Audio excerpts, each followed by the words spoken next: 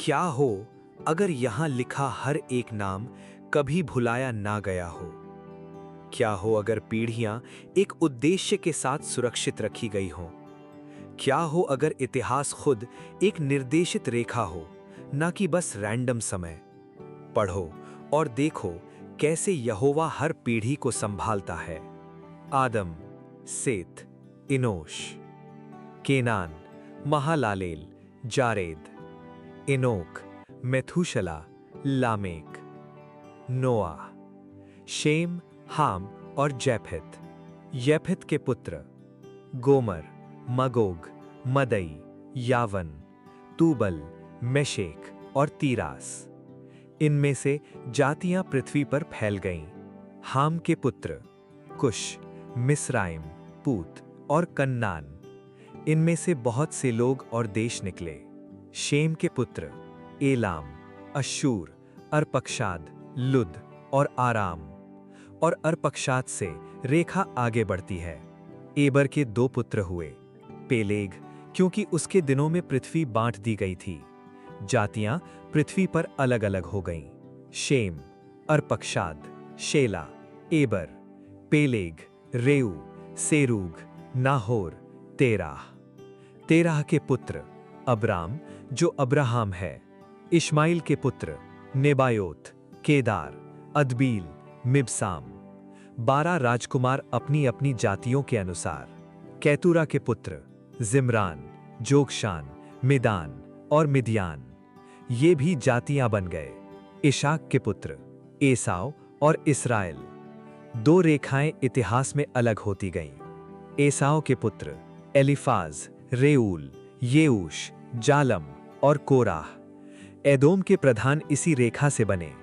ये वे राजा थे जो एदोम में राज करते थे, इस्राएल पर किसी राजा के राज करने से पहले। हर एक ने अपने नियुक्त समय में राज किया। यहूदा के पुत्र, एर, ओनान, शेलाह। एक ऐसी रेखा जो वचन की कहानी को आगे ले जाएगी। पेरेज और जेराह। पेरेज से रेखा आगे बढ़ती है, पीढ़ियां वचन की ओर बढ़ती हुई। राम, अम्मीनादाब, नहशोन, बोआज, ओबेद, यिशै।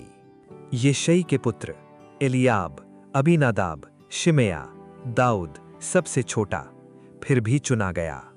दाऊद की बहनें और उसका परिवार, एक वंश जो चुपचाप सुरक्षित रखा गया। कालेब, हेजरोन। उसकी संतान पीढ़ी दर पीढ़ी बढ़ती गई। नाम लिखे गए, रेखा सुरक्षित रही। जरामील की रेखा, ज्येष्ठ पुत्र और उसकी संतान। परिवार समय के साथ शाखाओं में बढ़ते गए। उसकी संतान और बढ़ गई। परिवार, कुल, बसते हुए गांव।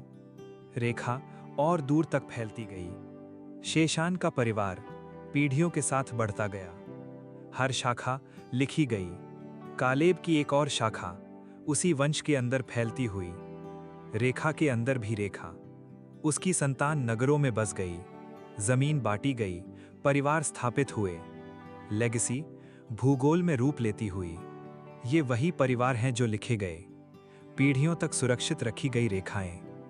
न कुछ खोया, न कुछ भुलाया गया। तुमने नाम देखे, तुमने रेखाएं देखी, लेकिन ये तो बस लिखा हुआ हिसाब है।